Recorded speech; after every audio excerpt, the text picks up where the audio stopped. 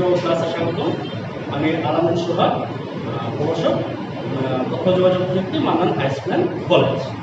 তো এটা হচ্ছে তোমাদের প্রথম একটি ক্লাস, শুরুর ক্লাস, অর্থাৎ এটাকে আমরা বলতে পারি হচ্ছে ইন্ট্রোডাক্টরি ক্লাস, পরিচিতি ক্লাস। আমি এই ক্লাসে যে ক্লাসটা করার চেষ্টা করবো তা হচ্ছে তোমাদেরকে তোমাদের সিলেবাস সম্পর্কে একটা ধারণা দেওয়ার চেষ্টা করবো, এবং সবচেয়ে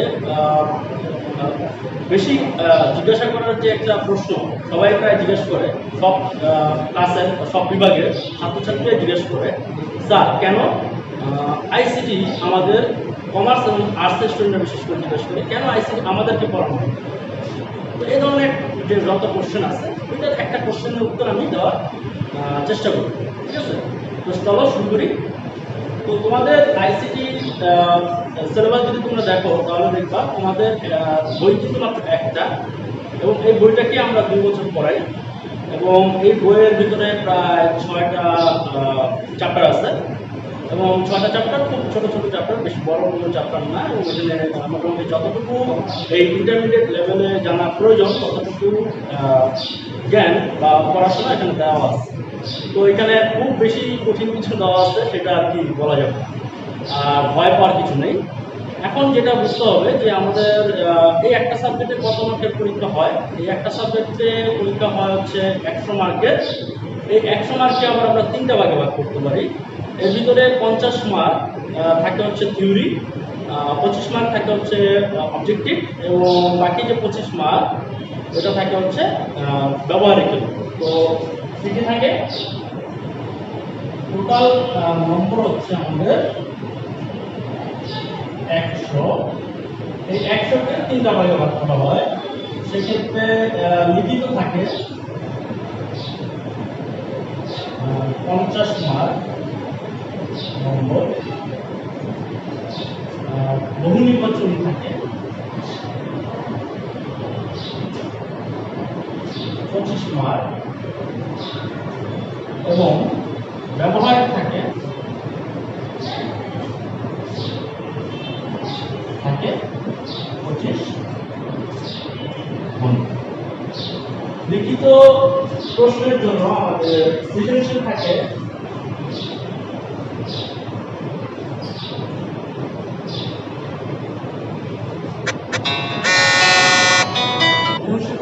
8টি, দিতে হয় 5টি। এমসিকিউ থাকে 25টি,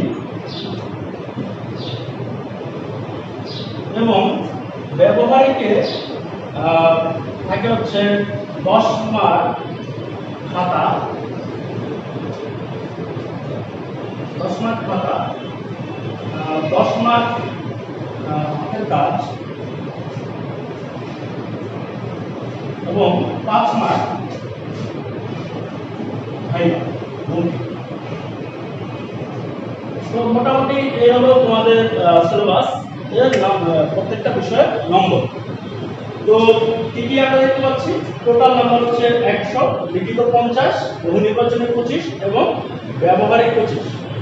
সৃজনশীল লিখিত বলতে আমরা সৃজনশীলের কথা বলতেছি। তো সৃজনশীলে টোটাল সৃজনশীল থাকতে হচ্ছে 8টি, এবং 8টির ভিতরে উত্তর দিতে হবে 5টি। এমসিকিউ 25টি থাকবে, 25টির উত্তর দিতে হবে। ব্যবহারিকের ক্ষেত্রে আবার 3টা অংশে বিভক্ত। একটা হচ্ছে 10, যা খাতা জমা দিতে হবে, খাতায় থাকবে 10 মার্ক, 10 নম্বর। হাতের কাজ অর্থাৎ প্র্যাকটিক্যাল থাকবে হচ্ছে 10 নম্বর, এবং মৌখিক বা ভাইভা থাকবে হচ্ছে 5 নম্বর। তো এখন একটা বিষয় জেনে রাখা ভালো, এই 3টা সাবজেক্ট 3টা অংশে আলাদা আলাদা পাস করতে হবে। অর্থাৎ কেউ যদি লিখিত পরীক্ষায় পাস না করে বাকিগুলোতে পাস করে তাহলে সে ফেল হিসেবে গণ্য হবে। অর্থাৎ একইভাবে বহু নির্বাচনীকে ফেল করলো, লিখিত অথবা বহু ব্যবহারিকে ফেল পাস করলো, তাতে কোনো লাভ নেই, সে ফেল। ব্যবহারিকে ফেল করলো, সে ফেল। অর্থাৎ 3টা বিষয় সমান গুরুত্ব দিয়ে কাজ করতে হবে, তাহলেই সে পাস করতে পারে। তো পাশের ক্ষেত্রে আমাকে 3টা পাস করার জন্য, আমাকে পাস করার উদ্দেশ্যে 3টা সাবজেক্ট 3টা অংশে আমাকে সমান গুরুত্ব দিতে হবে। এই হলো আমাদের নম্বর। এখন কি কি বিষয় আমরা পড়াই, এই বইটা কয়টা অধ্যায় নিয়ে আলোচনা করা আছে, তো এটা একটু দেখে নিন। এই 6টি বিষয় আলোচনা করা আছে, আলোচনা করতে হবে, বইয়ের উল্লেখ করা আছে। তা হলো তথ্য ও যোগাযোগ প্রযুক্তি, বিশ্ব ও বাংলাদেশ প্রেক্ষিত। প্রথম অধ্যায় হচ্ছে তথ্য যোগাযোগ প্রযুক্তি, বিশ্ব বাংলাদেশ প্রেক্ষিত। দ্বিতীয় অধ্যায়টা হলো কমিউনিকেশন সিস্টেমস ও নেটওয়ার্কিং। থার্ড চ্যাপ্টার হলো সংখ্যা পদ্ধতি ও ডিজিটাল ডিভাইস।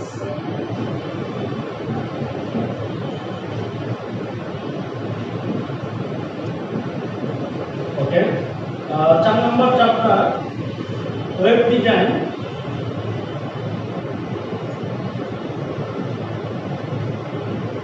ও HTML পরিচিতি। ফিফথ চ্যাপ্টার প্রোগ্রামিং ভাষা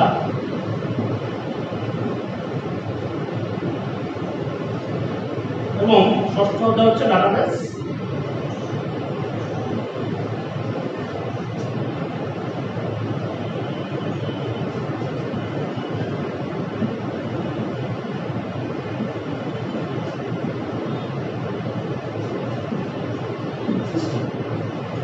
তো এই হলো আমাদের 6টি অধ্যায়। এই 6টি অধ্যায় আমাদের শিখতে হবে ধীরে ধীরে। আমরা 1.5 বছর সময় পাবো যদি ওভারঅল হিসাব করি, তো 1.5 বছরে আমরা এই 6টি অধ্যায় শিখব। এখন আমাদের অনেকেই কোশ্চেন থাকতে পারে যে এই 6টি অধ্যায় আসলে কেন আমরা শিখতেছি এবং কেনই বা আমাদের আইসিটি বইটা আমাদের শিক্ষা পাঠ্যপুস্তকের লিস্টে আছে। অবশ্যই কোনো কারণ আছে, ঠিক না? তো এই কারণগুলো কি হতে পারে এর আগে আমরা বলে নিই। আমরা বর্তমান আমাদের যে যুগটার নাম হচ্ছে ডিজিটাল বাংলাদেশ। আমরা যদি আমাদের দেশের কথা বলি এটাকে বলা হচ্ছে ডিজিটাল বাংলাদেশ। আর এই যুগটা বা এই বছর, এই শতবর্ষ বা আমরা যদি 200 বছর চিন্তা করি, যা চলতেছে তা আসলে টেকনোলজি ডেভেলপমেন্ট চলতেছে। আর আমরা এখন যে যুগে আছি, যেই শতাব্দীতে আছি, সেটা হচ্ছে টেকনোলজির যুগ বা আমরা বলতে পারি টেকনোলজির শতাব্দী। আমরা আমাদের জীবনে চলার পথে যা কিছু এখন করতেছি না কেন, সবগুলোর সাথে আমাদের যা জড়িত হচ্ছে টেকনোলজি। আর আমি যে কোনো টেকনোলজি ডেভেলপ করতে যাই না কেন, আমাকে একটা বেসিক যে আইডিয়াটা এটা দিতে হবে। আর আমরা যদি এখন যে কোনো একটা টেকনোলজি নিয়ে অ্যানালাইসিস করি, তাহলে আমরা দেখব এই টেকনোলজি টোটালটাই তৈরি হয়েছে এই আমাদের আইসিটি বইয়ের যে 5টা নিচের যে 5টা বিষয় আছে, এই 5টা বিষয়ের উপর ভিত্তি করে। তো 5টা বিষয়ের উপর ভিত্তি করে কিভাবে, আমরা যদি সিম্পল একটা উদাহরণ দিই, যেমন কেউ যদি একটা অ্যাপ ডেভেলপ করে, ইভেন আমরা সবাই মোবাইলে অ্যাপ ইউজ করি, একটা অ্যাপ আমরা নিলাম, সেটা হচ্ছে ডিকশনারি। তো ডিকশনারি অ্যাপটা যদি আমি নেই, অবশ্যই কেউ না কেউ এই ডিকশনারি অ্যাপ তৈরি করছে।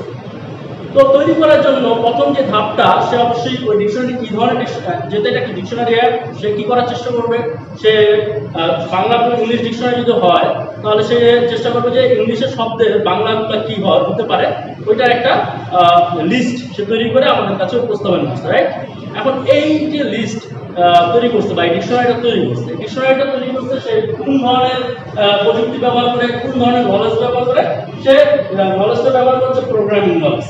এই প্রোগ্রামিং ভাষাটা সে ব্যবহার করে প্রথমত সে ডিজাইন করছে এবং লিখছে কিভাবে আমি আমার ওয়ার্ডগুলোকে সবার কাছে উপস্থাপন করবো। এই উপস্থাপনের জন্য তাকে কি ব্যবহার করতে হয়েছে?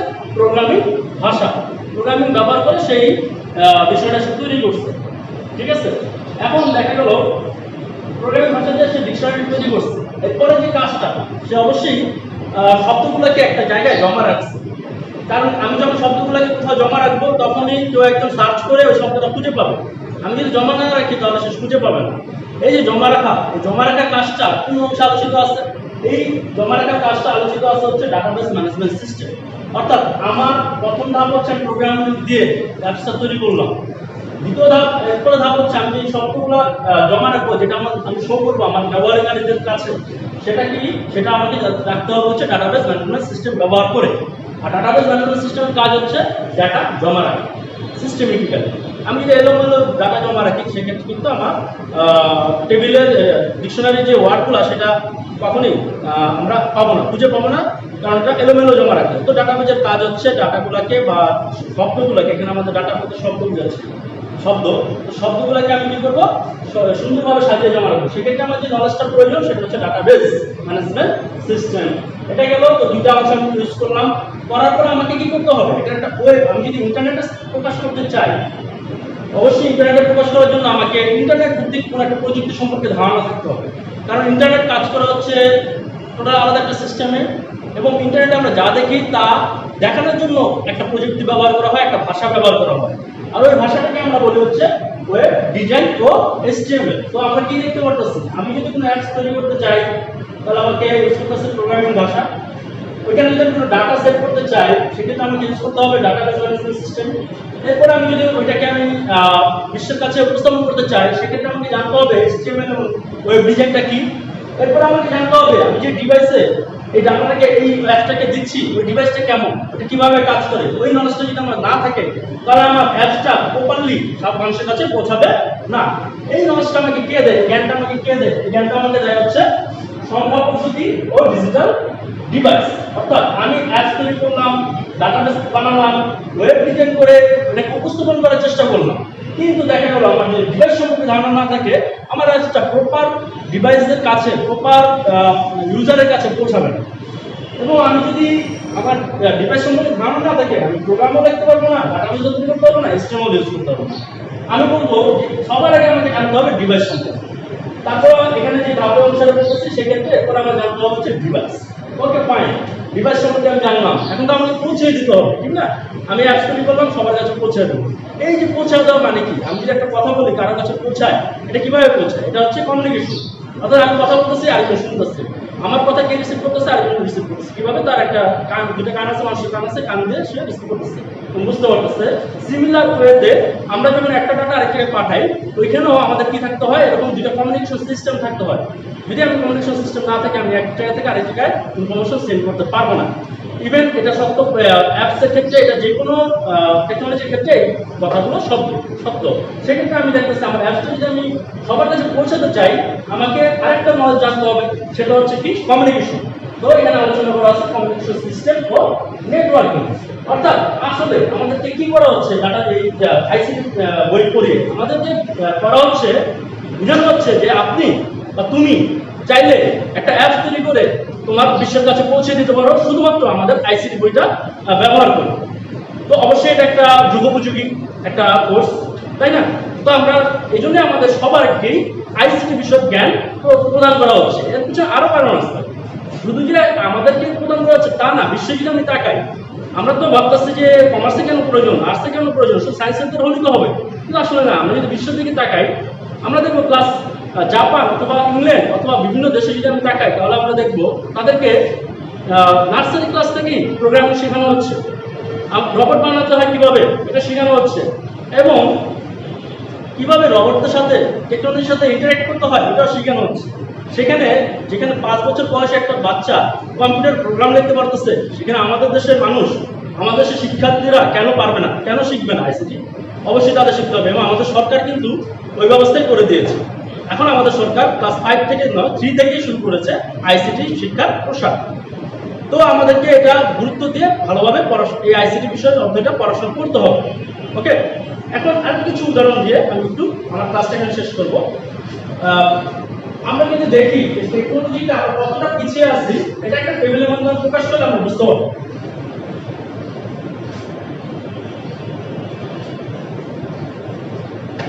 আমরা টেকনোলজিতে আসলে খুব পিছিয়ে আছি।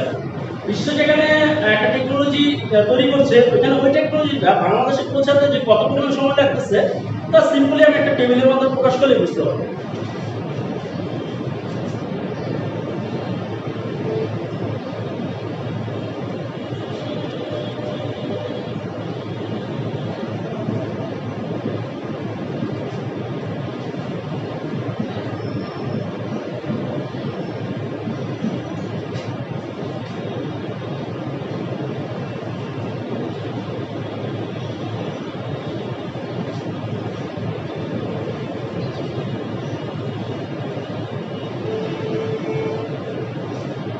তো প্রথম বৈদ্যুতিক বাল্ব আবিষ্কৃত হয়েছে 1879 সনে।